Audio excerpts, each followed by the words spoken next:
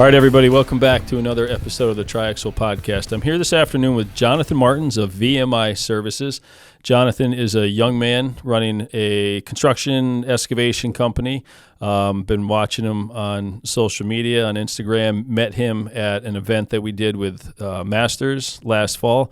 Great dude. You can tell he's out hustling, kicking ass, and trying to make something happen. Jonathan, welcome to the podcast, man. Thanks for having me, Matt. Appreciate it. Glad to have you on. So I see you. I follow you on Instagram.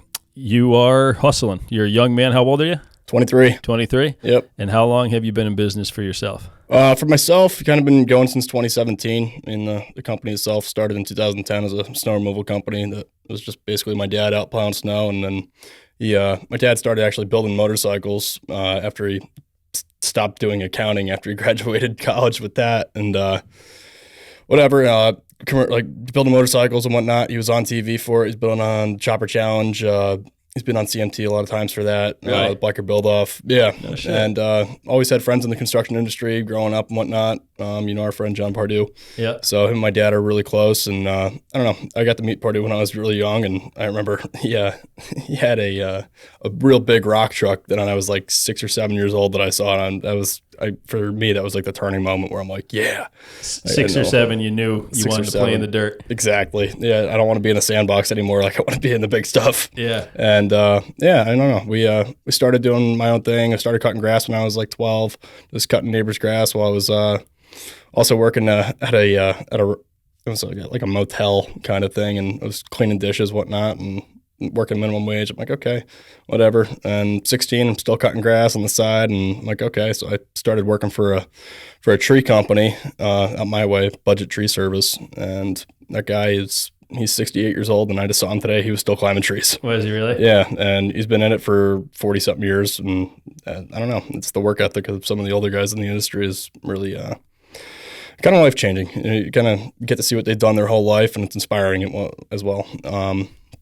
But yeah, 2017, I looked at my dad as he had a mini excavator sitting in the driveway, and he was doing one-day digs and whatnot by himself, and he was getting into some smaller projects, little landscaping projects, and some decent little demo jobs and whatnot. And I looked at my dad and I said, Dad, I'm not climbing trees. I'm not cutting trees down anymore for a living. I said, can I maybe try to do something with this as well?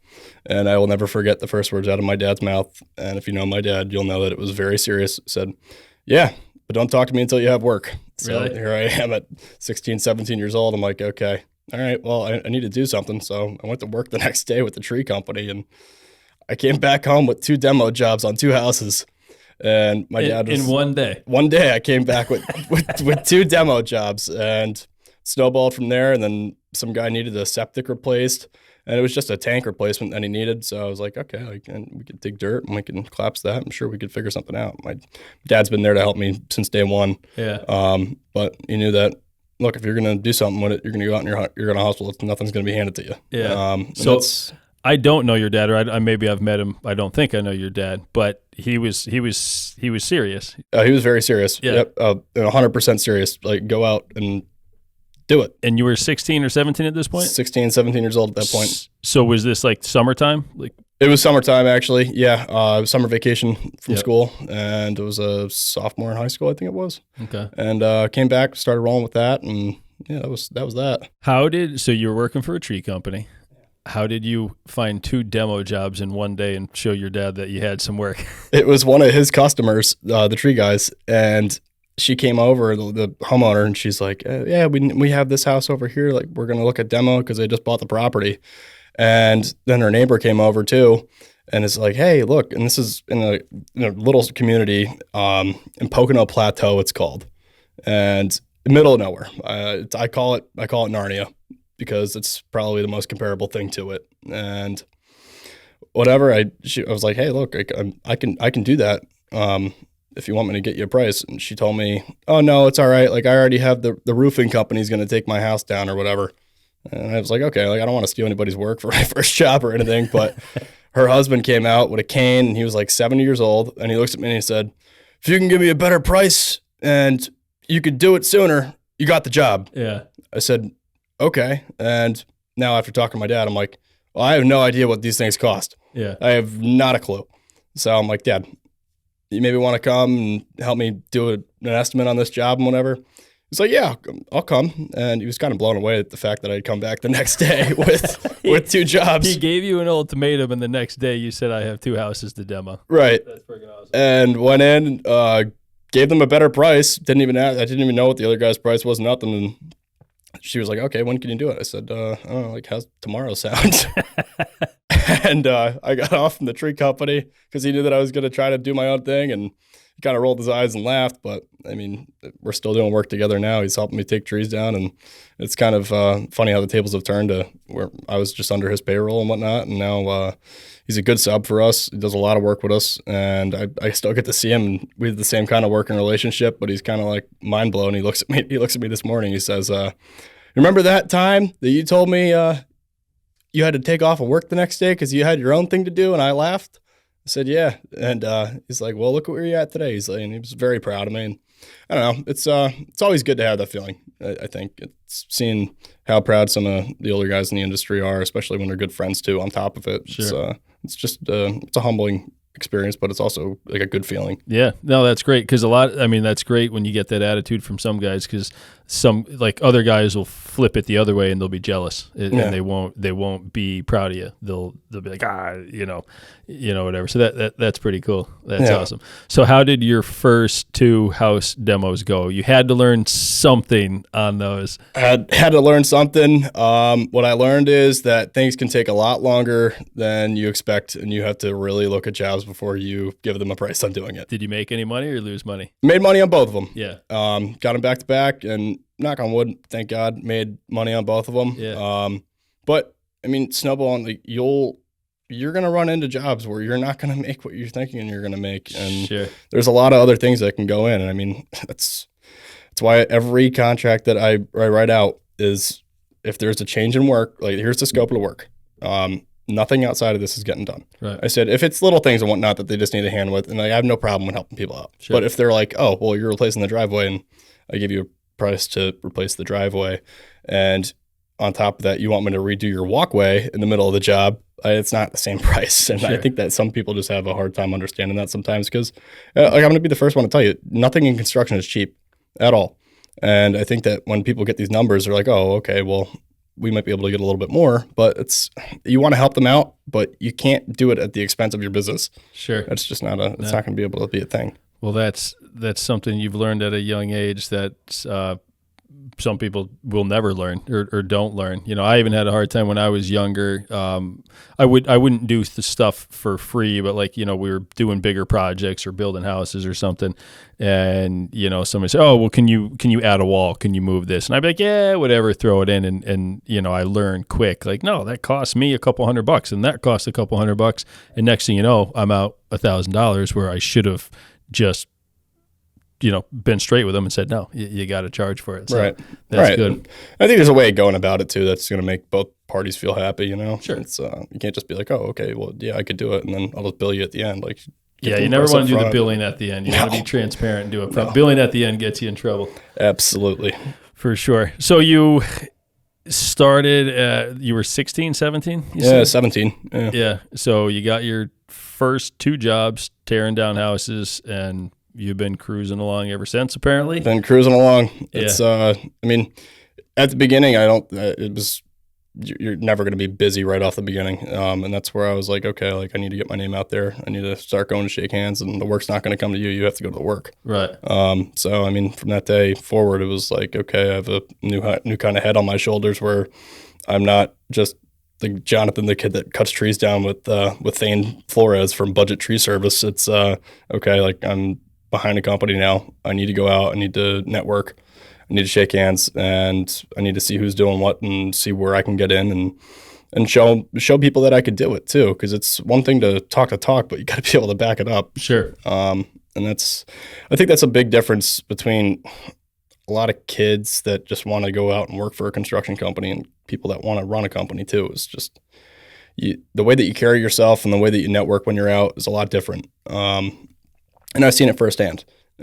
Being afraid to talk to people, I think that if you're afraid to talk to anybody, you'll never know. I was sitting at dinner a couple weeks ago, and this lady is talking to me. We were sitting at the bar, and I was just going in for work, going in for dinner actually after work with one of my buddies, and we get done at like 8:30 at night, and I start talking to this older lady, and she's, I don't know, 65, 66 years old, something like that. And next thing I know, she's the old COO of Hankels and McCoy. And I'm like, are you serious? And she gave me her new card, the new company she's working for and whatnot, and she's been nothing but nice to me. I've actually seen her 2 more times since that happened, and just another great connection to have. Yeah. And that's the biggest thing. I mean, Rick, day that I met him, we were actually at the Silver Spoon Diner down here after, I guess, Lanny had told him that, like, hey, look, I'm dealing with this 22-year-old kid. You might want to meet him. Yeah. And I was like, okay, like, cool. Like, and Lanny and I were supposed to go for lunch, and then Rick showed up, and I'm like, this is Rick Masters, like Masters Concrete. Yeah. And I was kind of like blown away. I'm like, okay, I'm having lunch with Rick Masters today. They sent the big boss, man. Yeah, they sent the big boss out here. I'm like, okay, cool. Yeah. And we hit it off, and I was talking to him this morning, actually. Yeah. So Rick's a great dude. I like him a lot. He's a good guy. He's a good business person. And he's good to his employees, and he's a good friend, and he's just all around a great guy. So Absolutely. Definitely somebody that you want to, have a good relationship with and do business with. Absolutely. So 16, 17 years old, you tear down a couple houses and you start your own construction company. What was it like the years following? I mean, you're 23, you're young.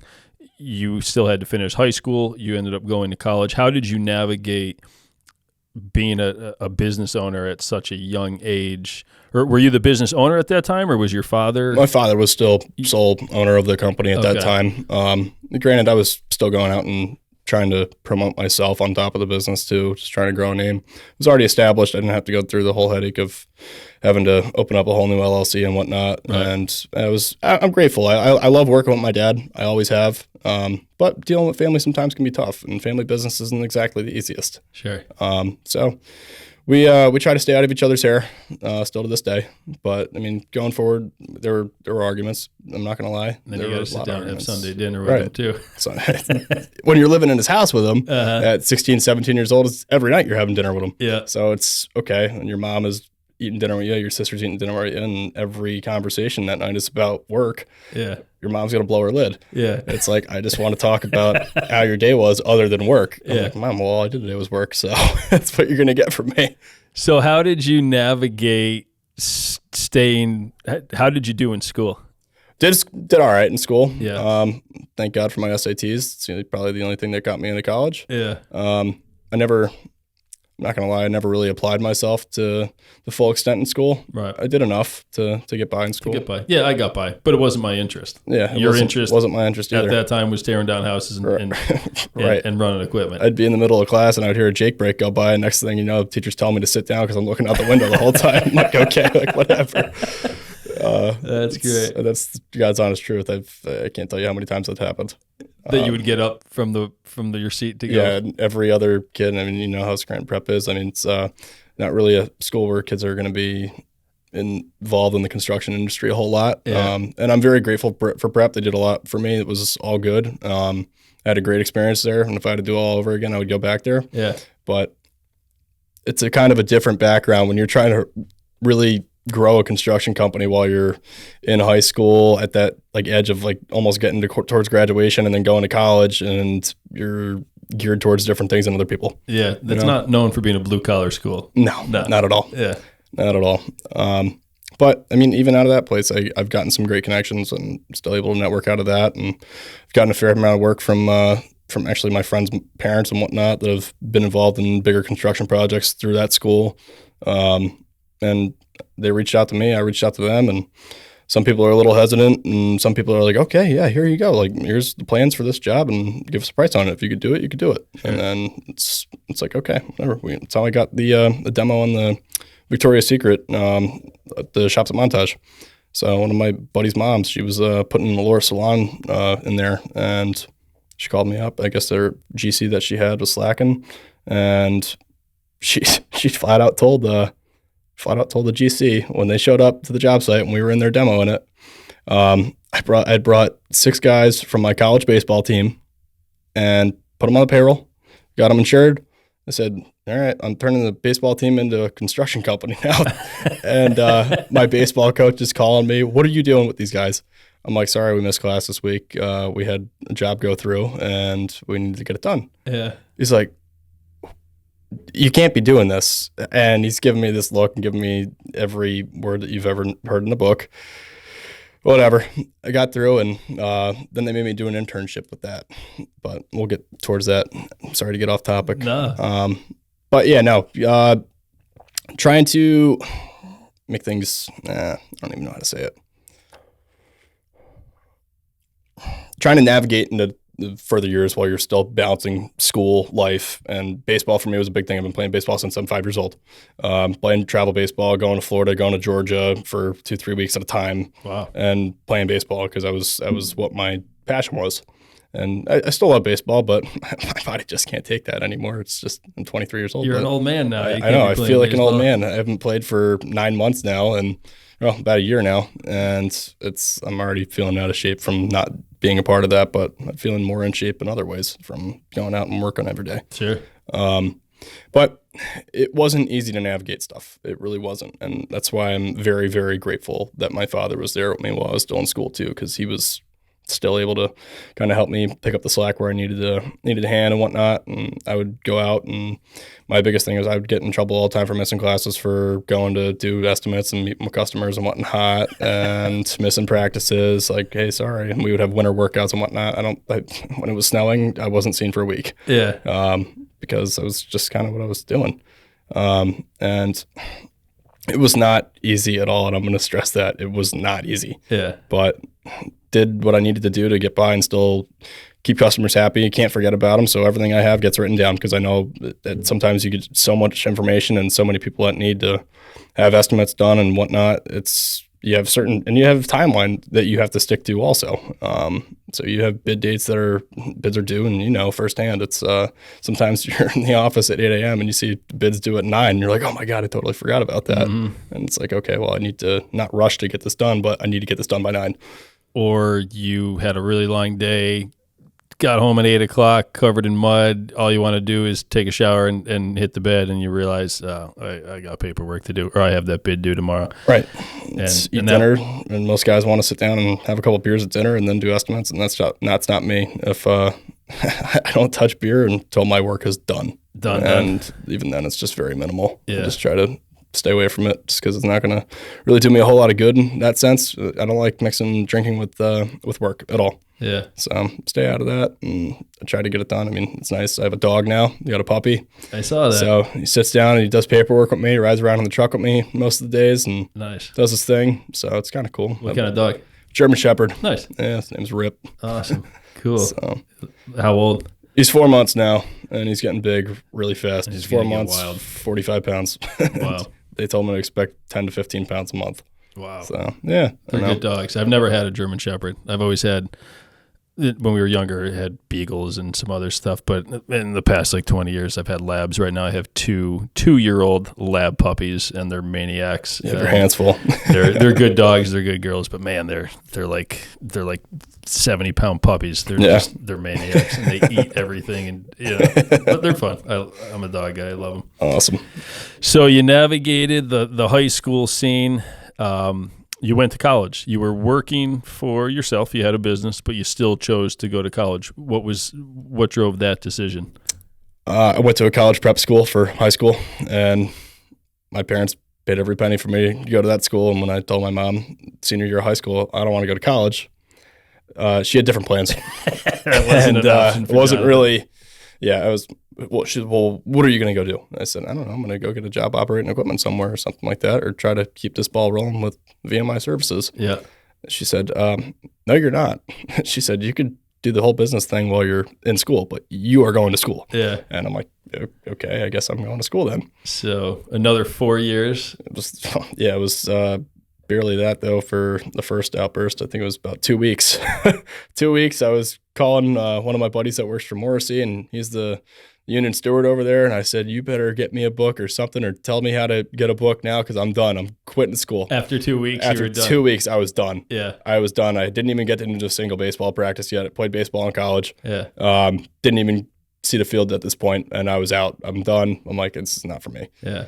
And I went home, and my mom looks at me and she was like, "What are you doing?" I said, "I'm done." She was, "Well, where's your stuff?" I said, "There." I said, "They can keep it." And she said, "No." She goes, "I love you. You're my son. I love you. I loved having you home. Well, go back to school." I'm like, okay, well, whatever. That was a real tough try and whatnot. So for like another 3 weeks, we had a couple more arguments about me staying in school, and I'm footing the bill for this whole thing too at the point. So they did high school. They did high school, and from there it was, all right, look, you're going to school and you're paying for it. Yeah. And paid every dollar for school, down to the penny. Yeah. So I've done that so far, and it was that was not easy either, because you're trying to pay for school and kind of build a business at the same time. It's kind of, you have to direct where the money's going, and it's I graduated on time. What was your major? Business management, supply chain management, and entrepreneurship. So I took. So you at least picked some great majors to go along with what you're doing here. Yeah, absolutely. And that was my biggest thing. Is I was like, well, all right, well, maybe if I turn this whole thing into a trucking company on top of it too, then the supply chain will kind of help me with logistics and stuff like that. And I really didn't get much out of those classes, to be honest with you, but did learn a couple cool things, and I found myself doing best in the classes where your professors have a lot of hands-on experience, and they just have a blue-collar background from where they're from on top of it, and those classes I excelled in, but it was not an easy transition. So going through the whole school thing, and they tell me that I needed to have an internship, and I'm like, okay, and this is my junior year that they tell me I need to have an internship, so I'm 21 years old now, 22 years old at the time, and I'm like, okay, what am I going to do? Because this is not, like, I'm getting hands-on experience at what I'm doing right now, and I tried explaining to them, and they worked with me for the most part, and then they still told me that I needed to have a real internship. So like you couldn't intern for VMI Services. Right. They weren't falling for that. They were not falling for that at all. So my next call was my dear friend Steve Sproul at Sproul Construction right down the road. I said, "Steve, I need an internship." He starts dying laughing. And he took me on last winter, and I completed my 1 month internship from the middle of December to about the end of January. Yeah. And that was my internship. Nice. So it worked. I was like, all right, cool, whatever. Satisfied the school. And my internship was spent on Morris Ave laying sewer pipe. So I was like, all right, cool. Paid or unpaid internship? It was paid. It was paid. Yeah, thank God. Good. But yeah, it was just, I don't know. He took care of me, did me a solid on that one. Good. He's grown to be a great mentor on top of it, and I'm very, very thankful for him. Nice. So I don't know Steve well. I've met him. We've done a little bit of business together, but I don't know him that well. But he seems like a great guy. Yeah, he's always been there to help me out. And I mean, the whole biggest thing was him too. Was he kind of took it as an internship opportunity for myself too. So, I mean, the whole thing, there's things that I don't know. I learn things every day. Sure. And he's teaching me all about doing sewer tie-ins and whatnot, doing live tie-ins. And I got to tell you, that's got to be one of the most god-awful things in the world. But you got to do what you got to do. Yeah. And last week, I found myself on my first big sewer main tie-in, and I got it done. It's something that I learned from my internship. And that would have been a lot more intimidating had you gone into that blind, not having done it before. Right, absolutely. Yeah. So, I mean, it was a little bit different scenario.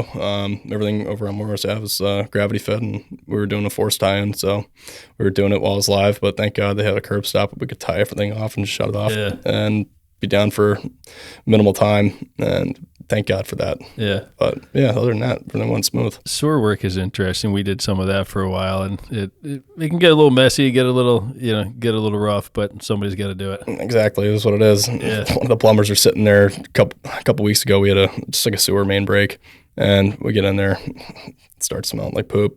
The guy's like, "It smells like money." I'm like, I guess it does. That's what it is. Found it right there. There it is, clogged in like a 4-foot stretch. I'm like, oh, great. Yeah. Here we go. That's what it is. Yeah, whatever. Nice. That's what it is. So relationships. You're a young man, and you're already building some phenomenal relationships. You said Steve Sproul was a great mentor. Your father's been awesome for you. You know John Pardue. You know, a lot of guys are afraid to try to get that type of relationship or get that. They think like, oh, I'm in excavation, so why would this excavating contractor want to teach me anything? Because I'll be his competition someday. You clearly have a different attitude on that, and you're welcomed in by these guys that don't really see it that way either. Absolutely. And I think the biggest thing is that I've kind of made a name for myself over the last couple of years by actually doing stuff. I mean, a lot of people can say that they're going to do something, but when it comes down to do it, you better do it.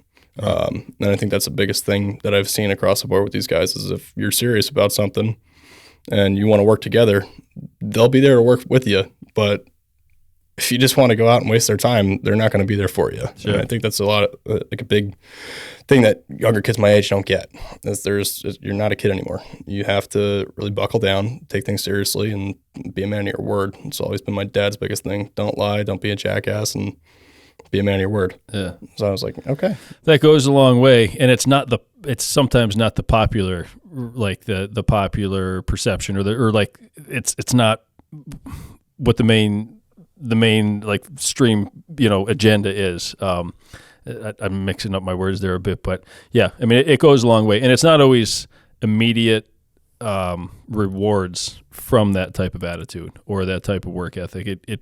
Trust is built up over time. Relationships and reputations are built over time, and it's not going to be instant, but consistently doing what you say you're going to do and being there for somebody and not letting them down, adds up over time to where, the trust is you just can't beat it.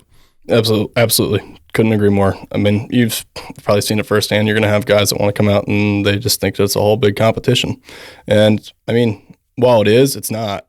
You could be friends with somebody, you're bidding the same job and whatnot. You're still going to learn something from it because you're going to learn something when you're watching them do that job that maybe you missed. Sure. And it's just a good thing to see for the next time that you're bidding a job like that or something. Yeah.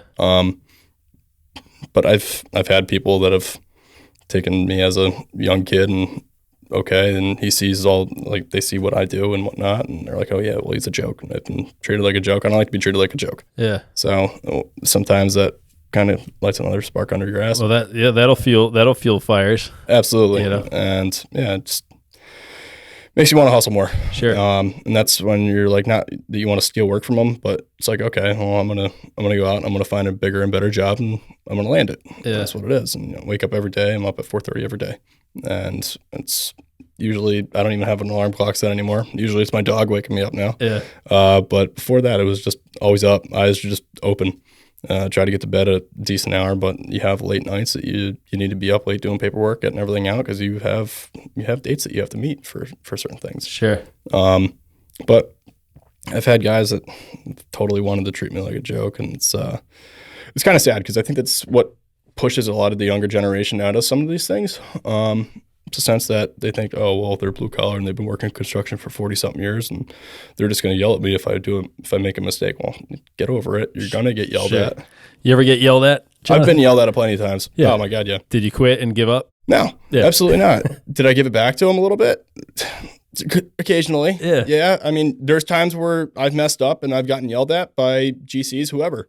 And I own it. And I'm like, yeah, that's on me. And if it costs them money or whatever on a job that I'm a sub, it's out of my pocket. Like, I don't expect them to pay for my slip up. Yeah. Absolutely not. That's not how I like to work. That's a good attitude. Yeah. Not a lot of people, not a lot of 50, 60-year-old adults or men have that attitude these days. It's hard to get people to own something, own their mistakes. And I've always been big on that as well. If I screw it up, I'm going to be the first one to say, you know what, put my hands up. I effed up, my bad, let's fix it. But there's just so many people that will ignore that or try to hide it or just skirt around it or just flat out lie and blame somebody else or just say, that wasn't me. And that might get you through that situation and the next one, but eventually that's going to catch up with you and people are going to realize that you're just not somebody that's going to do what they say they're going to do. Absolutely. And I think it's the biggest thing across any industry is just do what you're going to say you're going to do. If you make a mistake, own it. Find a way to fix it. I don't care what you have to do. Fix it. Yeah. It doesn't matter. I've totally messed up sometimes. I've had some bigger mistakes and owned every single one of them. And you learn from them too. Absolutely. Yeah. You didn't do that again or you didn't do it as bad, Absolutely. I mean, I was the same way in my early days. I I wasn't great at bidding some jobs, new stuff that I had never done. I like, whether it was an addition or a new house or something, like I did a couple jobs in the day I made no money on. It just, like, you get to the end of this big project and you realize, man, I've got no profit, but I still did the job the same way as if I was going to make a huge profit. I still did the specs, used the right materials, didn't cut corners, didn't hide, didn't not, use products that were going to be hidden anyways, still just do the right thing. And I could sleep at night, and my reputation, was still there as well. Absolutely. And you said it the best, don't cut corners, and it's always going to come back to haunt you. I don't care what you're doing. Say you're building a wall. If you have that block and, okay, you're trying to get the block level for your base course or whatever, if your block is laying way back on the first course and you don't fix it, your wall's not going to be. It's not going to look good on number 10. Right, exactly. It's going to look 100 times worse by the time you get to 10. GeoGrid's expensive too. Some guys just choose not to use it in cases where it's in the design. And Absolutely. 3 years later, when that wall is leaning into the driveway or falling over, they might have gotten paid on that, but it's not good for their long-term reputation. Yeah, especially when the walls are 50 foot tall and you're looking at them from the main road. Yeah. You're talking about that wall on Clark Summit? No, not me. Nobody talks about that wall on Clark Summit. That's the talk of the town. So you navigated high school working for yourself and with your father. Then you made it through college. You didn't want to do it, but you did it. Was it worth it for you? Or? Yes and no. I think that I made some good networking connections through there. Okay. But I don't think so. The classroom didn't do. I don't think the classroom really did anything for me. No. I don't think that when you test take a pen and paper is really going to compare to a real life scenario. Sure. And I've had a lot of people testify to that. They've learned more in their first week of having hands-on experience through their hands-on internships, if you want to call it that, than they did in the classroom their entire 4 years there. Sure. But I took college just like another opportunity to really be able to network. I mean, after I got done arguing with my mom about me staying or whatnot, I was invested after the first semester so much. I was like, okay, well, I can't quit now because I've already invested this much money into it. I'm like, okay, yeah, that's not working out. So you can't go back. Hey, you're honest. I mean, some things are worthwhile and some aren't, but you still got to go through the motions to find out. Absolutely. So pretty interesting that you say that about the internships. I recently did a podcast with one of my insurance agents of all people, and he has this vision that, or this idea that high school kids, juniors, seniors, instead of just spending their last 2 years sitting at a desk and doing the paperwork and taking the test, it should be part of the actual program that they should go out and do internships.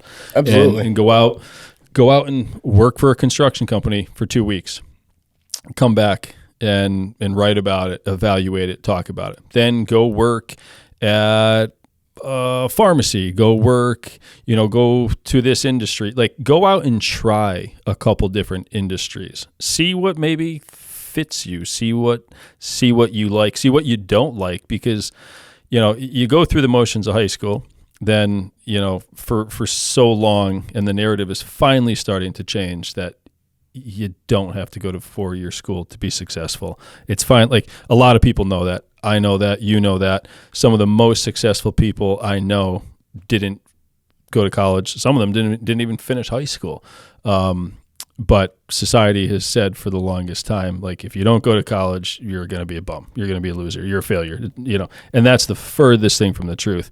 And finally, the narrative is starting to change. But I really liked his thought process on that, because you leave high school, and if you're going to like a 4-year school or whatever, you're kind of jumping into it without testing the waters. And I really liked his idea of, like, you should be able to go out and test out some of these things and rule out, maybe rule something out that you commit to.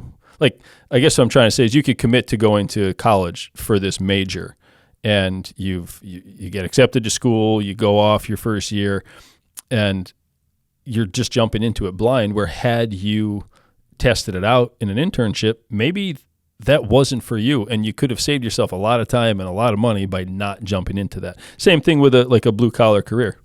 Absolutely, and I think that you see the same sense in like look at some of your unions and whatnot. You have apprentices come in and they get to look up towards their journeyman and their foreman, whoever, and they kind of see the same road that they've been down. And I think that during their whole course of their apprenticeship or whatever, they're able to really network with older guys, and they get to see what they've done and how they've the rights and the wrongs that they've done, and they get to learn from their mistakes on top of it. I know it's a touchy subject between union and non-union or whatever. I don't care. Yeah, it is what it is. I think I kind of view it all the same, and I try to leave the politics out of it. Yeah, I think it's whatever works for you and your family, whatever you want to do. That's what you should be doing. Right. Absolutely. Totally agree. But I do like that model that they have as far as having the older guys teach the younger guys, and then they maybe having them in a classroom once a week. My buddy Nolan, he's a pipe fitter, and they have him going to school once a week, and the rest of his time is spent, and he's getting paid to learn, essentially. I mean, he still has his grunt work that he has to take care of. Is he going to be master pipe fitter in the next 3 weeks? No, he's not. But he's looking towards a bigger picture, and he's rolling towards it. And I think that a lot more people need to see that. Sure. It's not, you can't just jump in. It's like, you've definitely seen the expression that everybody's an operator, and anybody can make the machine move. But when it comes time to do the job right and keep it within your disturbance limit or whatever, not everybody could do that. Right. And I think that you need to, I tell my guys, before you run a machine, you're running the shovel for at least a year. Because then you'll see whoever's in the machine, you'll see what they're doing the entire time, and then make the next laborer's life easier. And I like to roll with it from that standpoint. Yeah. But yeah, just learning from the older generation is basically what has gotten me to where I'm at today. Yeah. And trying to pick up on the mistakes that they've made and doing my research as far as companies that have done well. One thing that I took from college that actually worked out was, they introduced me to this website where I can go in and I could look at like any big construction company's financials and whatnot, or like any company across the board. And it doesn't give me a breakdown on exactly what they made profit and this and that. It just gives me a gross revenue. Okay. And you get to see the companies that have the bigger, nicer stuff. And some companies have less nicer stuff, but they're still having more gross revenue than other companies. Sure. I mean, hopefully sometimes I hope to God that their gross profits are higher, but you don't know. Sometimes the guy with the not so shiny stuff you'll see, and they have the most money. Yeah. It's crazy to see that, because some guys just want to go out and they want to have 10 beautiful trucks and everything is shiny and not paid for. They have payments out the wazoo. Yeah. And I think that you need to grow at a pace that's kind of, it's fair to yourself and the company. Sure. I personally don't think it's smart to go out and just whack yourself with 5 payments like that and just be ready to roll. Okay, well, I have all this equipment now. I need to go get work. Right. I just don't think it's a good business model. It's a terrible idea. It's a terrible idea. And unfortunately, I see it happen all the time. And I think the internet and social media is so good in so many ways. And you can learn so much from other people, but you can also learn so many bad habits from so many other people, because you see, companies all across the country on Instagram with all this shiny shit and all these brand new machines and I'd like to be that guy. I would like to have that stuff, but you have to do what works for you at your own pace. Right. And understand your own numbers. Some of the guys with the shiniest shit have the least amount of money in their bank account, and they may look cool, but inside, but their bank account's not looking so cool. Exactly. And when shit hits the fan, we're coming into, like, this economy right now is real sketchy, and Absolutely. we have a lot of things that that could affect where this goes, and governmental. Road work and, governmental type stuff, like that stuff is a little bit more secure than the private sector. Private, you have, residential construction, development, excavation, when shit hits the fan and money gets tight, that $50,000 retaining wall just to help like level out somebody's lawn. Well, that's not a priority anymore. Feeding their kids and making sure their mortgage paid is their priority. So you have to be prepared. And I think it's real easy to get caught up in the social media, influence, whether you're being influenced by an actual influencer or just what you see, that guy that says everything's awesome and it's great, that could be the furthest thing from the truth, and you can't get sucked into that. Absolutely. I was watching an interview last week about the guy that owns WL French up in Boston. Okay. And he's an older guy. Started off with one truck. Now they call it the Boston takeover, their company, and they're monsters. It's proven true. They had beautiful stuff, beautiful equipment and whatnot, but the first thing that he really talked about was being able to guide yourself through market crashes and whatnot, and through bad economic times and everything like that. Yep. You just kind of have to shift your market and make ends work, because when you have a guy that's working with you and he's got a family and 2 kids and whatnot, he's going to expect to have that paycheck on Friday. Sure. And I don't know, I kind of take that to heart a little bit more than I should sometimes, I think. But I don't know, it's the biggest thing is just making sure that your guys are taken care of well, because you're not just taking care of yourself in the company, but you're trying to help other guys feed their families, sure. It's, one hand washes the other. They absolutely. feed your family and you feed their family. Absolutely. And that's how it goes. And, for sure. And that should be the priority. And it's, it's an interesting thing to go through to scale a business, and especially excavation. I was talking on the other podcast earlier. I started off as a roofer and then a framer. So like the money that I was making from those types of things, although I was doing okay, making decent money, that wasn't the type of capital coming in that I needed to go out buying trucks and excavation equipment. Right. It just wasn't apples for apples with the income. So it was a hard leap for me to make. Absolutely. But I took my time and I tried to do it at the right pace. And not just dive in. And also the experience. You've been doing this stuff since you were a young kid. What I was doing when I was younger was more carpentry and roofing type stuff. I always had a desire to get into the equipment and the bigger stuff. But number one, lack of experience. Number two, lack of funds to take care of that. You have to keep just grinding and working into it. And social media, it's such a good thing, but it's a killer, because as we grew and we started getting into trucks and excavating shit, I just bought what was good, fairly priced. I wasn't brand specific. I didn't have to have a certain thing.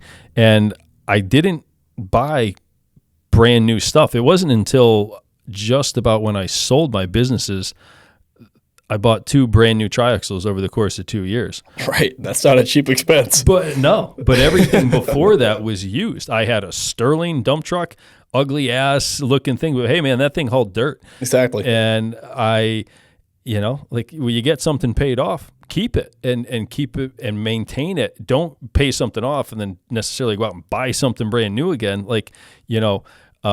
We had just a mix of brands. We had Kenworths, Peterbilt, Sterlings. We have Deere. We have Cat.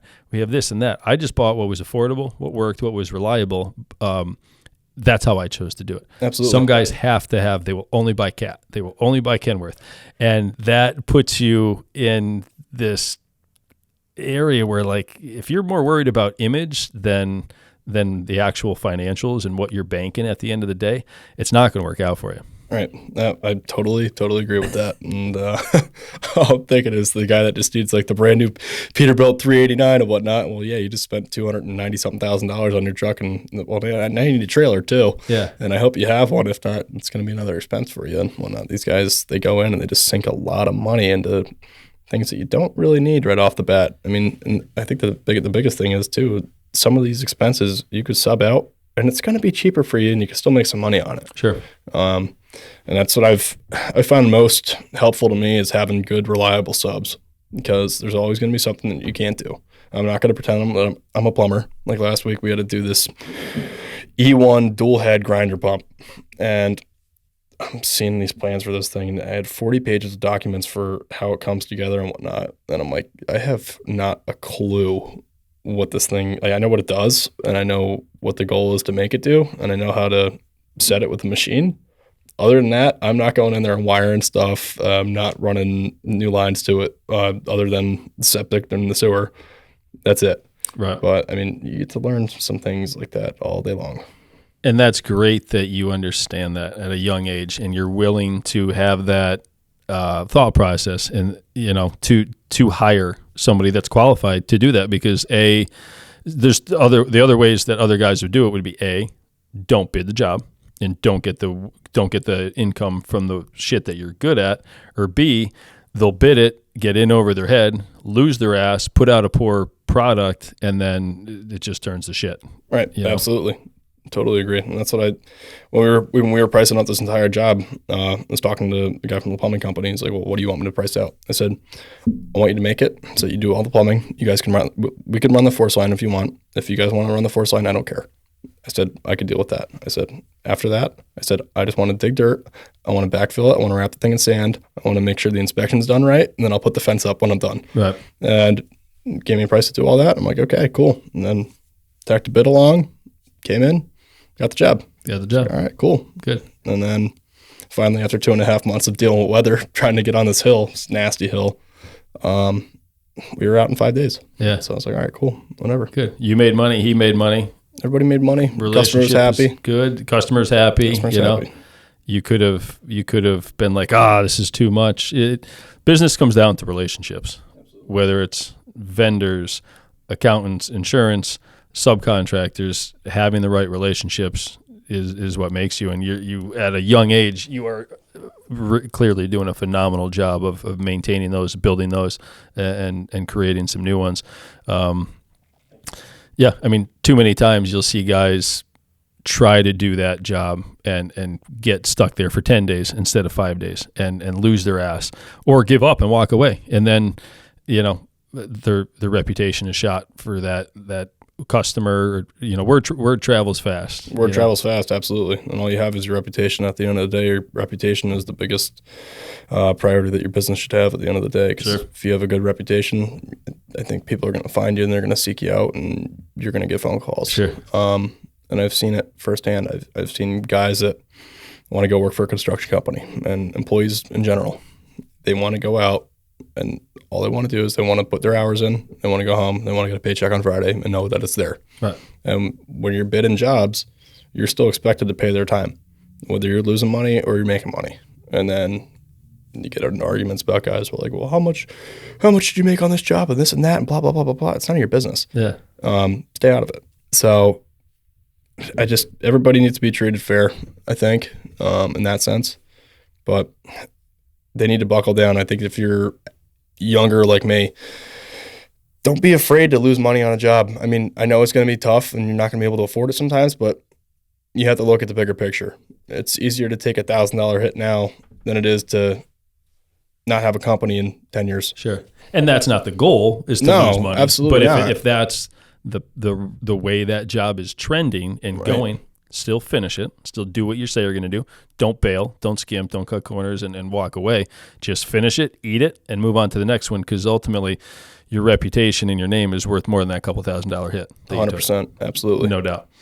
Absolutely. I mean, the goal is obviously to make money, like you said. That's you're not doing this for free. I've done it both. I've made money and I've lost money, but either way, I try to keep my reputation the same the whole way. Exactly. And it's gone. It went a long way for us. I'll tell you, like, from my personal experience, almost 25 years in business. Over the years and at the end, when we sold off and got rid of a lot of our stuff, I mean, we had customers that were downright like disappointed and like, I'm not going to say devastated, but they were like, oh man, like you were so great to work with, so easy. You always did what you said we were going to do. Now we have to go out and bid this stuff and deal with these other contractors. And like that, that was cool. That said a lot about like how we treated them and how we ran our operation, Right. Absolutely. A lot of guys, they just want to be the cheapest. So they get the work, make a buck, move on. And, and you have that in any industry. That's who your competition is going to be. And it's frustrating, and I'm sure you're learning this now, and you're going to deal with this for your entire career, losing a really good job, a job that you had to have, really wanted to have, and losing it to somebody that is just going to do a shit job. Right. And kind of like ruin it for everybody, because the customer's not going to get what they wanted to get. They're not going to make the profit that should have been made. You're losing out on a job. But it's part of life. It's part of being a business owner, and it's just how it goes. And you have to do your best to keep your name out there in front of these people and make them realize, like, hey, like, we really want to work with Jonathan. It's tougher on like the government, municipal bids where they typically have to take the lowest bid. Right. Absolutely. But like in your side too, you're young, you're lean, you're a younger guy.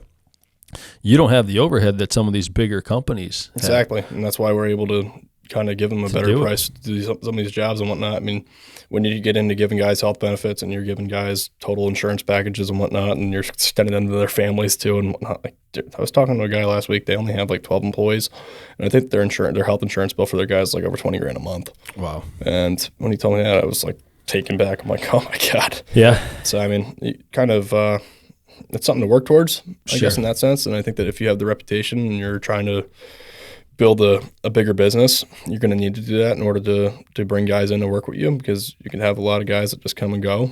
But when you're trying to get guys to grow with the company and grow with yourself and whatnot, and grow as an individual too, I think that it's important that you're able to take care of some of their packages and whatnot that they need, because it is essential to life, and it's just how it is. Right.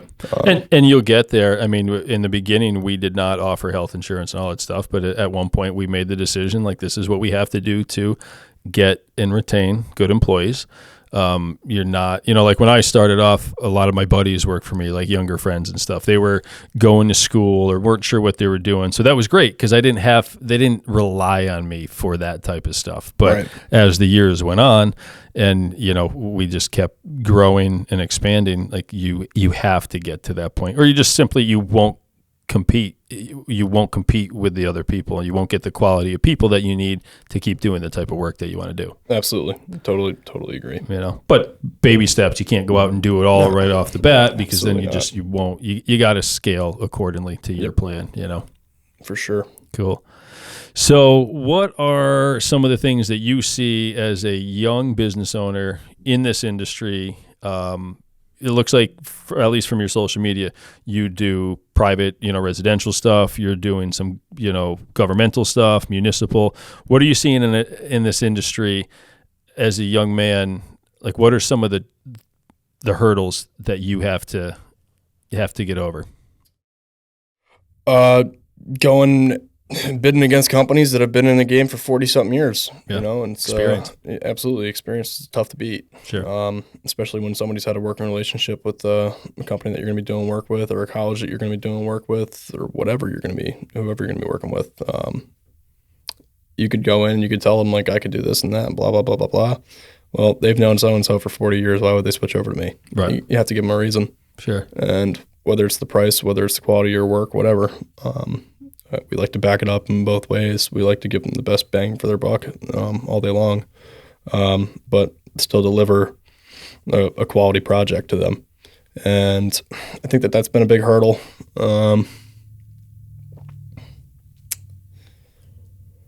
Trying to have guys that are younger and whatnot kind of grow with the company. I got lucky this year, graduating college. I brought on 3 guys, and they're out of school too. One kid didn't go to school, but they're in it to win it, and they want to grow. They want to see the best of it in both worlds. Yeah, that's awesome. And they see the bigger picture for themselves within the company too. So I'm looking forward to that, and have high hopes. Hopefully it doesn't change, but we'll see. Life goes on if it doesn't. You'll have highs and lows. That's how it's going to go. Absolutely. That's how it always go. Awesome. What do you like to do? So you do a bunch of different things. Like, what's your favorite job to tackle? What's your niche? Do you have a niche? Do you have something that you feel you're really good at that you try to stick with?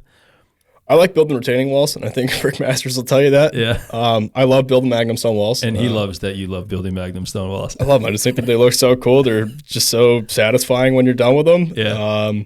They're just fun to do. But I like seeing 2-3 machines at least on a job. I like seeing a lot of iron and a nice plot of land and just going to work. But it's not how you make money all the time. And like, while it'd be nice to have 349s and a grader running or a D8 and everything, it's not always going to make you the most money, and you can't just jump right into that. It's something to grow towards. Sure. But we like doing some of the government projects, whatnot, down at the colleges. Other government properties, we like doing stuff for them, whether it's concrete, masonry work, whatever.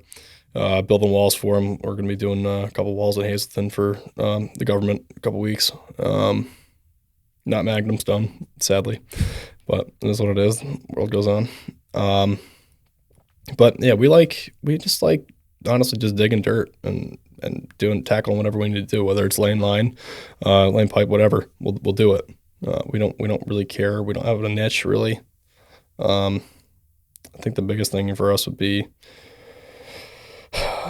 I think that what I've grown off of is doing a lot of residential driveway grading. I think after getting done with those 2 house demos and whatnot, that really was a niche for me, was just getting in and doing new driveways. And then when you get down there, they're like, oh, okay, well, we're going to be building a house, or my neighbor's going to be doing a new house or whatever. Can you dig the foundation for it? Yeah, we could do that. Yeah. And you get to meet some really, really interesting people in the residential market. And so, to say the least. I had a guy come out and shoot his own grade for his foundation, and he had a 14-foot stick that he brought out. And he was an anti-rocket scientist for Lockheed Martin. Okay. And this gets back to the whole college thing. He looks at me and he goes, "Do you have any degrees?" I said, "Not yet." Yeah. Why? He goes, "Good, because the more degrees you have, the less common sense you have." Isn't that the truth? I'm like, "How many degrees do you have?" He told me he had 7. I'm like, "Oh my God, here we go." Wow. But no, really nice guy. And you get to meet some really, really interesting people in the residential market, no matter what you're doing. Yeah. It's like walking into Walmart and saying hello to everybody and then just trying to come to a common consensus of people. It's like, okay, whatever. Some good, some bad, some cool, some not so cool. Right. You're going to have some that are just not going to make the last payment. And you're like, okay, well, this is not what you signed. It took someone a deposit here, and like, what is this? Right. And you have people that just disappear. Yeah. And that's a tough one to swallow. Yeah. Have you been burned? I've been burned. Oh yeah. Yeah. Yeah. It's only once so far, but I'll tell you what, I'm never going to forget about it. Yeah. And then you walk into some public places and you see them, and you have to keep your mouth shut or whatever. You can't start a fight with them. Yeah. As much as you want to, but you can't. It's just not who I am. But I don't know. I'm a big believer in karma. Sure. So I think that it might get back to some people. And it's not like you do anything wrong. You give them a great project and whatnot, and blah, blah, blah, blah, blah. And then you're blocked on the phone number and you can't get into this gated community because, well, what are you going to tell them you're going to do? Yeah. You need a pass to get in or whatever. Yeah. It's like, okay, yeah, see ya.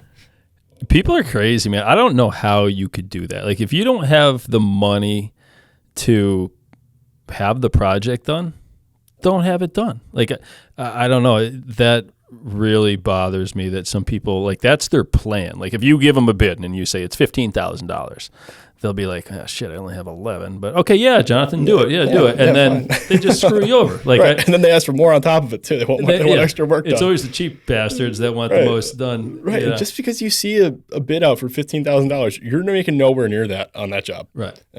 And depending on what you're doing and whatnot, but sure, you'll see your profit margins are not 100% on any job you're doing. I don't care what you're doing. No. Luckily, we never got hit like real hard, like on any like service work, like contract work. With our landscape supply yard, we had some landscapers and some people write some bad checks and stuff, and they never made good on them. And I see them around town. I see them at a diner, and I'm like, hey, you owe me $800. It's not the end of the world. I'm not gonna like lose a lot of sleep over it, but just the attitude that I've gotten from them, like I'm bothering them, asking them to pay me for the product that they had delivered. It's like, I don't know how people get off doing that. And unfortunately, it's a part of life. And some people just, whatever they can scam from me or take from you, that's the goal. But and they will. No, they won't lose any sleep over it either. No. Sadly. I mean, it's weird how people work sometimes. It's annoying, but luckily the majority in my, almost 25 years doing it, the majority of people were great people, great customers,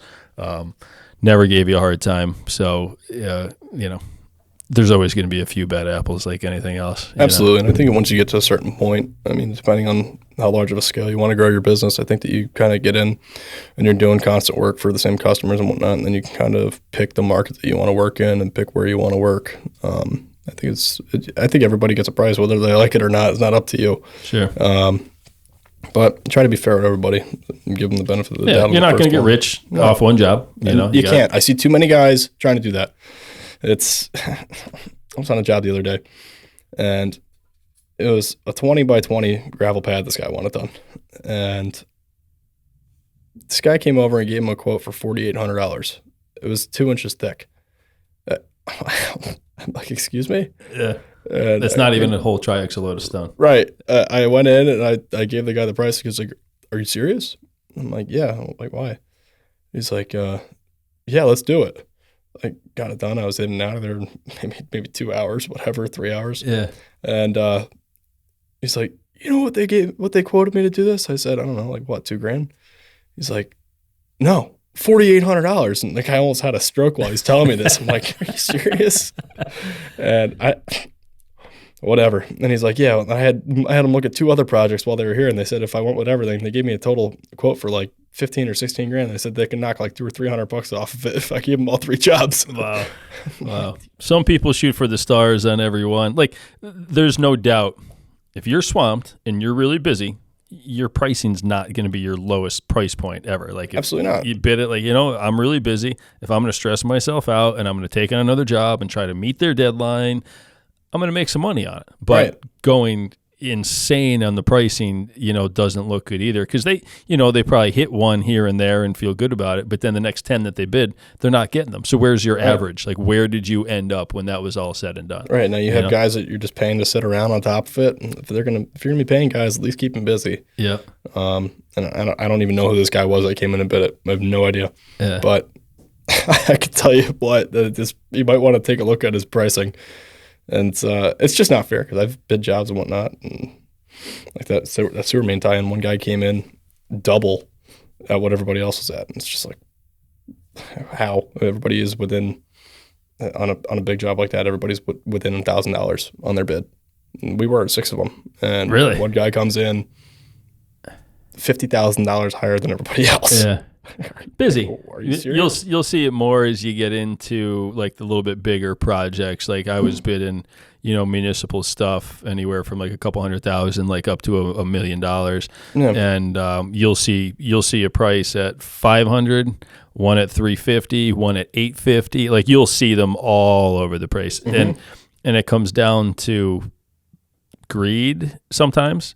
Other times it just comes down to the low bidder might not necessarily be bidding right. They might have missed stuff. The high bidder might have 10 jobs going on, and they just give 2 shits if they get that or not. And if they get it, they're going to have to go out, rent equipment, hire 2 more guys. The attitudes and the mindsets in the bidding process are all over the place. Some guys are really good at it and they're strategic, and other guys aren't good at it and they just frankly don't know what they're doing.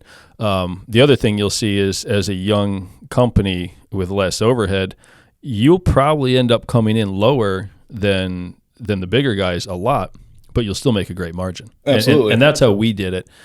When we were doing, some sewer work and stuff, I was bidding against some of the big guys like the Lindy's and the Pioneers and them. And I would beat them. And not like a lot, like not like gross amount, but I was able to be the low guy, and I still did good because I would do the work with like 2 or 3 guys. Yeah. At one point, we did it was like 1,500 feet of sewer line in Clark Summit. I think me and one other guy did it. I would dig. He would drive truck.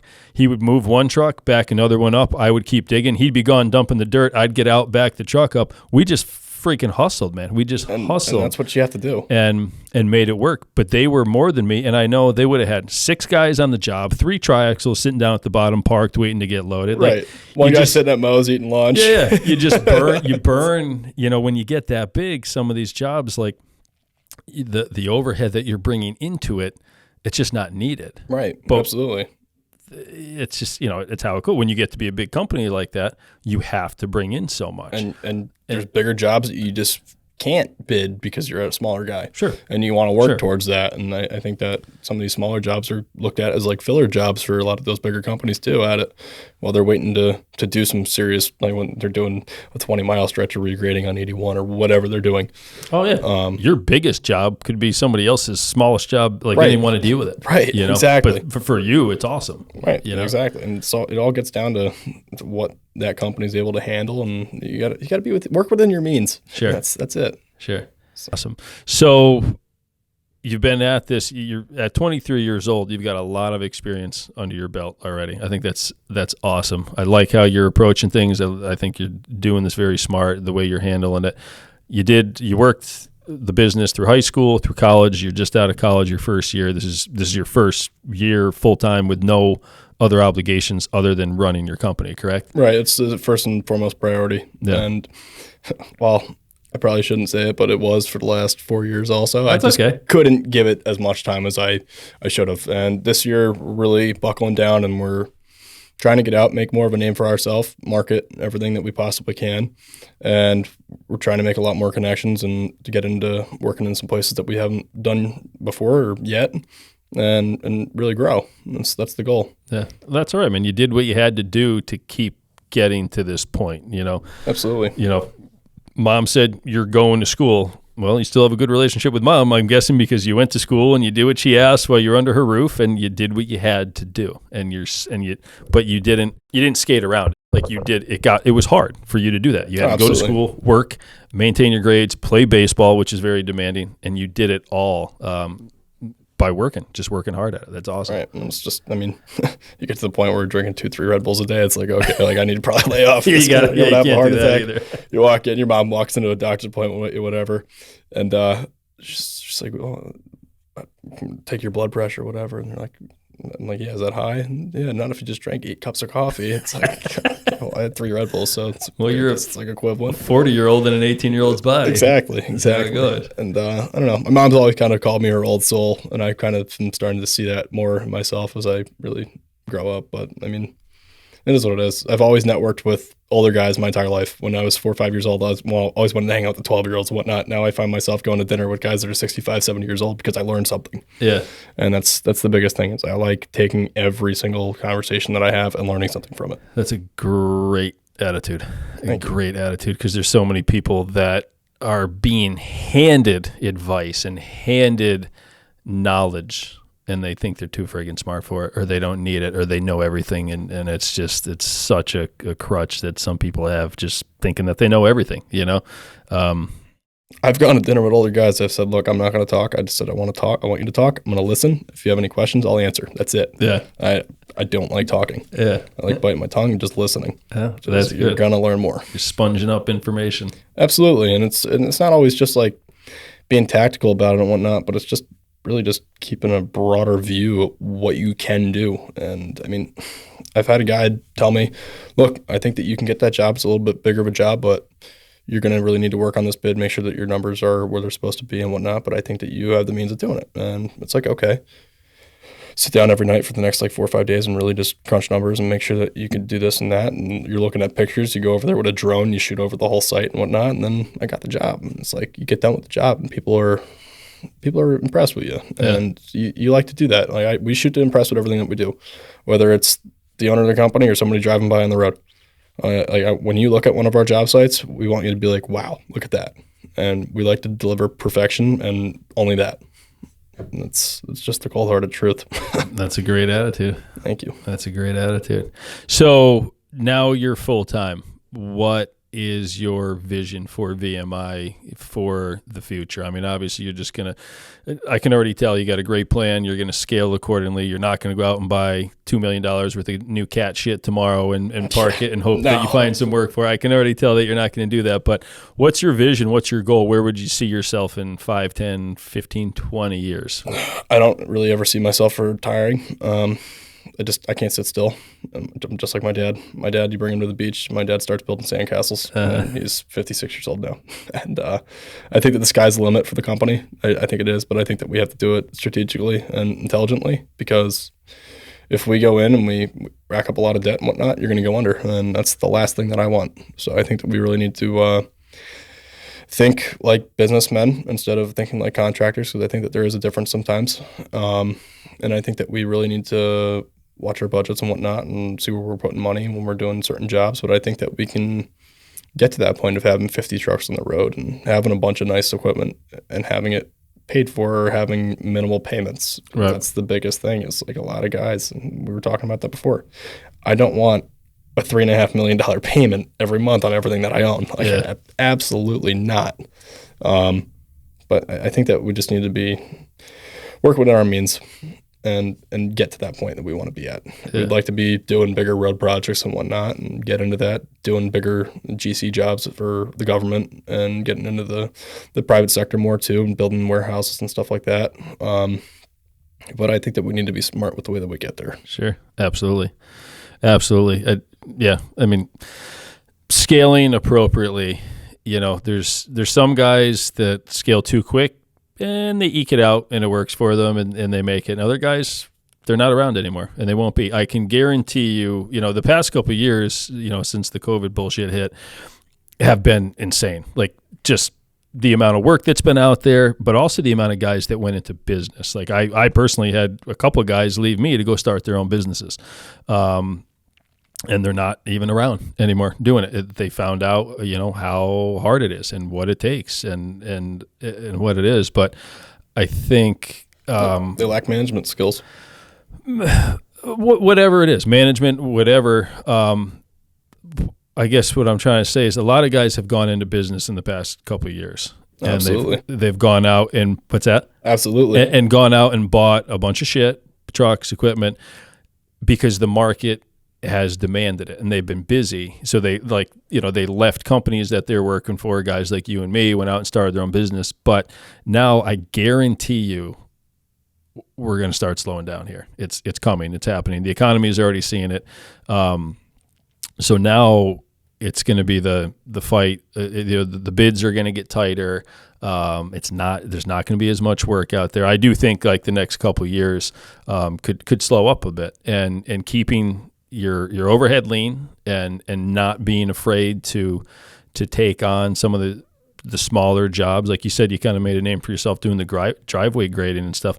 That stuff still has to go on. They might not put the addition on their house, but they don't really want to drive up or rut it up, crappy driveway. So you have to keep a focus on what's the demand when money's tight. What's the demand when things are slow. So I think, there's a lot of opportunity for you there to keep on moving and keep on grinding. And some of I guess what I'm trying to say is like some of these guys that went into business and bought a ton of new equipment. I don't wish anybody to fail. I don't want that to happen. Absolutely not. Blood, sweat, and tears. You put your whole life into something. I don't want that to happen to anybody. But the reality is it's going to happen to people who were not smart with their finances, were not smart with their plan. And what happens is guys are sitting on a ton of debt, and then they start undercutting jobs just to stay alive, and eventually it catches up with them. And that hurts you too, because you're out, trying to make a profit and do the right thing, and you won't even win. I guarantee you, there's going to be jobs that you won't win at a fair price or a price a little bit lower than what you're used to getting, because guys are going to start just undercutting. It's going to happen. It's going to cut the price in half, and I mean the biggest thing too is like it's kind of tough to compete with when we're trying to pave. And right now, we go out, we're trying to pave a parking lot or whatever, and we get in, but bidding against the guy that owns the quarry, or own the blacktop plant. Okay, well, how am I going to compete with him? That's kind of hard. It is hard. It's just the nature of the beast. That's capitalism, and that's the nature of the beast. And now next time, if he's bidding, well, maybe you want to put your energy somewhere else because you can't win that. And I did that too. Some of the guys that provided us with products also had construction companies and bid against us. And I finally got to the point where if I saw them on the bidder list, I'm like, I'm not even going to friggin' mess with it. Just there's other work out there. It's just not worth my time. Absolutely. But that's life.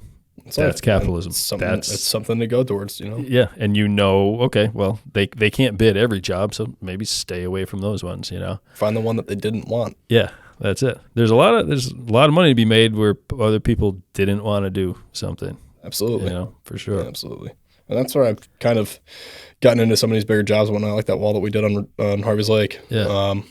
Not a whole lot of people wanted to do that wall. I guess she was. I looked at it. Yeah, you were telling me that. So I think it was this. I'm pretty sure it was the same job. Was it like 15 houses down from Lake Grotto? Yes. When you bang it right. Yep. Right there. So yeah. So I looked at that, and we were busy, and I looked at it, and that was one I was like, man, this thing's gonna be a bitch. It was terrible. And it was.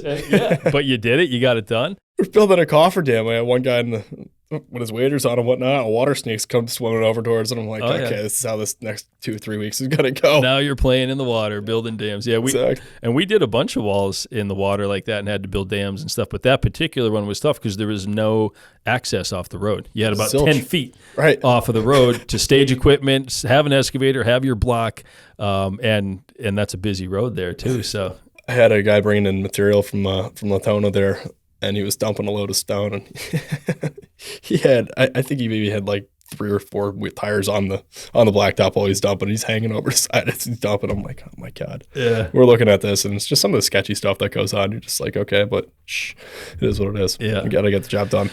But you did it. You got it done. You made a couple bucks, hopefully, and you weren't afraid of taking on the challenge that a lot of guys steered away from. I didn't. I didn't even end up in it. I don't know why. I think I was kind of like, I just don't even want to do this right now. Like, this is I get tough. it. And I was at that point of the season where I was like, okay, like I'll give him a number on it, and it is what it is. Like, able to throw it on schedule and keep ourselves busy for a couple of weeks. You know, perfect. And it's just I don't know. There's no bad blood on that. I mean, it wasn't a shot at you or anything. Oh no. It's just I don't know. I see a lot of jobs like that people don't want to do, and you get the phone call, and it's like, okay, well, you can give them a number that you're going to do it for, and they'll say, okay, because you're like the last resort. And that was the second Magnum steel wall that I've done that was like that. I guess the guy had 6 contractors come out and look at it, and nobody would give him a price. Right. And nobody would even give him a price. And he was like, I'll pay whatever it is. Like, I just want to get it done. Sure. And those are 2 residential walls. They're not mass commercial walls where they're going in and they're having all sorts of stuff done for them. It's just people are like, homeowners are footing the bill for these things. Sure. Insurance companies aren't going to pay for it. Right. That's crazy. So, whatever. No, there's opportunity in tougher work, challenging projects that people aren't accustomed to, aren't used to. Some guys, we were used to working in the water, but some guys aren't used to having to build a wall in the water. That's intimidating to them. Well, I got to build a dam and all this. Well, yeah, it's just stacking up. I'm not gonna lie. Yeah, one of the first ones I got from Lanny while he was at Masters. It was 4 years ago, and I wasn't ready for it. I was scared of it, and I didn't capitalize on it, and still to this day, it irks me that I didn't even get. I told them, I referred them to another contractor. I said, look, I think that they're going to be able to handle what you need better than me. Yeah. And I was honest with them, though. Sure. And that's the biggest thing. If I can't do it, I'm going to tell you. But maybe you were right. Maybe I was right, but maybe I could have handled it. But I don't know. You're not going to miss that opportunity next time, right? No, absolutely not. Yeah, and it'll come back around. Yeah. It'll come back around. I had some other stuff going on with college and whatnot. Trying to be able to do that wall would not have been the easiest, but sure, it is what it is. Life goes on. That's it. So I think you got a phenomenal business model, a great attitude. A lot of our listeners are younger guys like you, or maybe even younger. Was talking on the last podcast. We recently implemented a scholarship for high school kids that are going into the trades, going into the blue collar world. What advice would you have for the younger generation? 16, 17-year-old you that maybe didn't have the opportunity that you did with Dad having that excavator out in the driveway. What advice would you have for some of these young kids that are looking for a chance or maybe dreaming about doing something like this? What would you tell the young kids just in general? What kind of advice would you have for the younger guys coming up? Learn the trade before you start getting in and giving prices to do it, I think was the biggest thing for me. I think that, and don't be afraid to talk to people. Don't be afraid to knock on doors. I think door-to-door sales in every industry has been a key seller and a key marketing tool used across many companies. Don't be afraid to knock on a door and introduce yourself. I mean, you're going to get chased out of you're going to get chased right off their front porch. I've had it happen to me.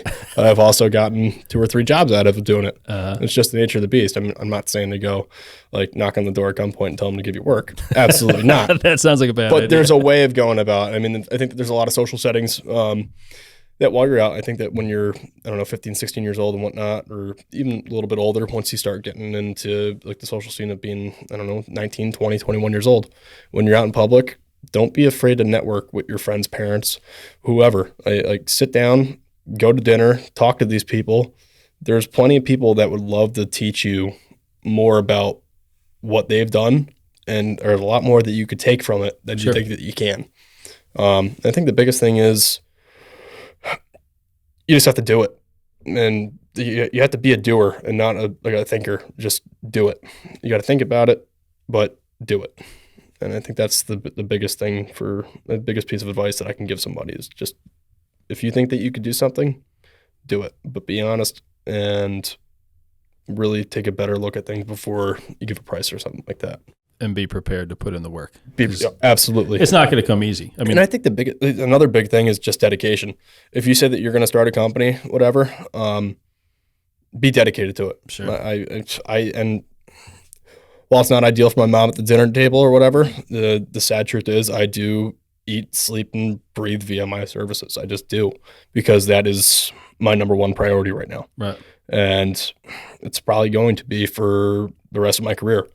But you have to be dedicated to what you're selling. If you're not dedicated to what you have going on, it's going to fail. Sure. You can't just think that you're going to half-ass this and, okay, well, I'll put in half effort and I'll still get a couple jobs here and there. Well, you're not building a company. You're just trying to put a couple dollars in your pocket every once in a while. It's a side gig. And you can't go out regardless of your financial means, whether you got some money in the bank or you don't, like, you can't go out, buy some equipment, throw a name on a truck, hire a couple of guys and say, hey, go do the work for me. Oh, absolutely not. Go get it done. Like, absolutely. It doesn't work like that. Like, you're invested. Right. It was the same thing for me. I lived and breathed, MHW construction. And you're young and you have the advantage now, if you end up getting married, having a family, having kids, it gets tougher to do what you're doing now, I believe it. It gets real tough. It got tough when I got a puppy. Yeah. Never mind kids. Yeah. And I did, I was gone a lot, years ago when my kids were young. Like, I worked a lot of I worked 7 days a week, and I was gone a lot. I wasn't out of town. I was just working, and I was coming home and I was exhausted. So while you're young, that's my advice. I did a lot of it while I was young too. Right. Grind it out now while you can.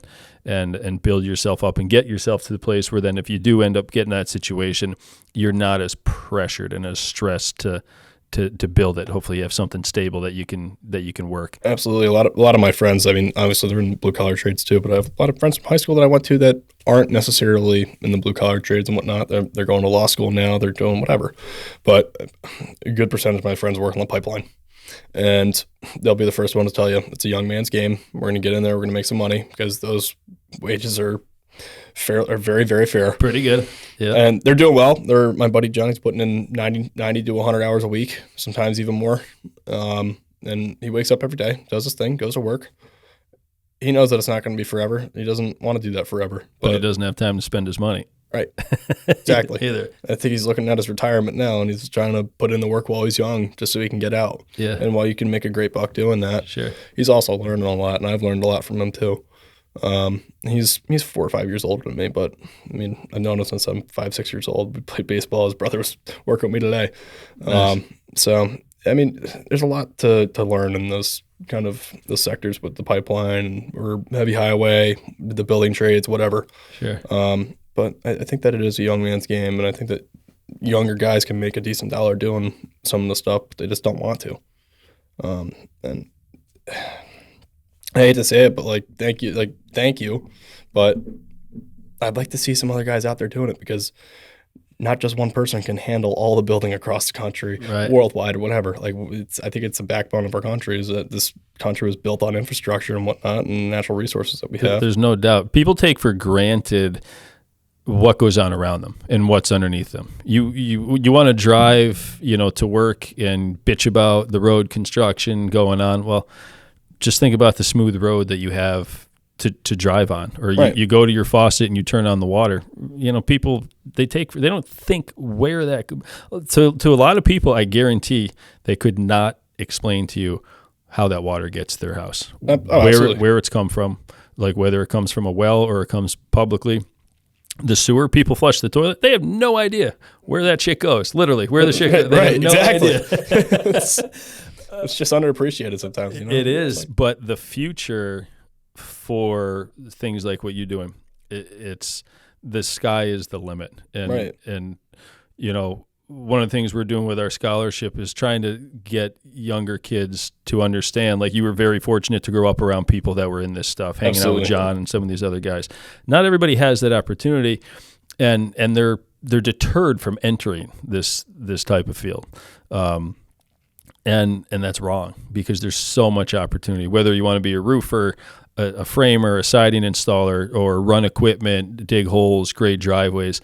The opportunities coming up in the next 5, 10, 15, 20 years for younger people to get into this type of business are endless. And people that get in now at the right time and they do it right, and they're smart, and they don't overextend their finances and stuff, they're setting themselves up for a phenomenal future, more than what they could do with a college degree. I think so. I hope so, at least. Absolutely. My insurance agent was in on the last podcast saying how he went to school to be a teacher, ended up coming out with $140,000 in debt, and doesn't even use that degree. you know? My dad went to accounting school and he built motorcycles after a year of accounting. He's like, I'm done. Whatever. And so many people are told like you have to, it's changing. It's starting to change, and people are starting to see it doesn't have to be that way. But for so long, when I graduated in 2000, and it was at that time, if you didn't go to college, you were probably going to be a bum. You weren't going to be anything. You weren't going to do anything. And that's what people told you. And I feel like I did okay. But I worked hard, and I was willing to put in the effort. And a lot of people are just, they listen to too many naysayers, or they just don't want to work. They just expect, well, if I go to college, I guess I'll make $200,000 a year doing something. You know, it's just not the case. It's exactly. It's not going to happen. You're also going to come out with, I don't know, $300,000-$400,000 worth of debt, this and that. And, I mean, bust on it and work while you're in school. No, you know, it's not that hard to do, especially, I mean, if you play sports and whatnot. I know that it's tough firsthand, but it's doable. And I hate to toot my own horn, but if I could do it, anybody could do it. It's if you could play a college sport, you can devote your time to that. You can still put in the necessary time for everything, and your school will work with you as much as they don't want to all the time. Sometimes you just have to not give them the option to not want to work with you, and you have to. But yeah, it's all in your way of bringing it to the table with them. You have to be able to show them your plan and tell them, this is what I'm doing and this is what I want to do. And I just want to know if you'll help me out with this. Sure. And they will, for the most part. I mean, I've had professors laugh at me and whatnot. Oh yeah, well, you don't pay attention in class because you're not going to do anything. Whatever. Okay. And you just leave the argument at that, and you leave class, and then whatever. That's what it is. And see you at graduation. Thanks for passing me. Appreciate it. But you did college, played a sport, and ran a business at the same time. That's, I mean, not only is that rare and impressive, but it just comes down to work. All you got to do is work hard, be dedicated, and you can be successful. You get out of it what you put into it. That's it. There's just no more words on that. It's just you get out of it what you put into it. Absolutely. And I think that a lot of people have a tough time seeing the bigger picture. Like, oh, okay, you go in as labor. Guess what? It's not forever, dude. Get over it. Grab a shovel.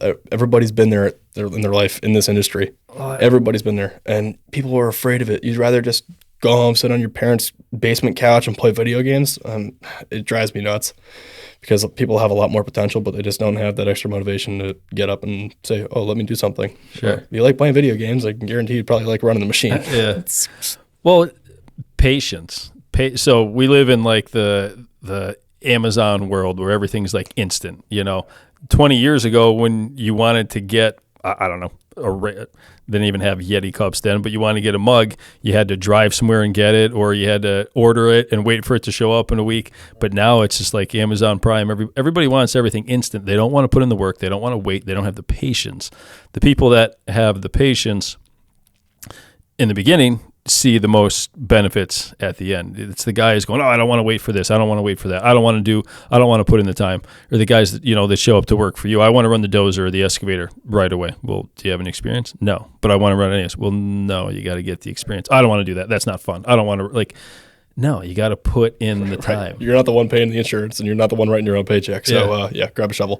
Yeah. It's just what it is, man. Some people, and I don't want to sit here and rag on people because there are a lot of very hardworking people. And absolutely. But you just see people will show up and they expect to be top tier. Right. That's not how it works. It doesn't work that way. You got to be a little patient, work your way up.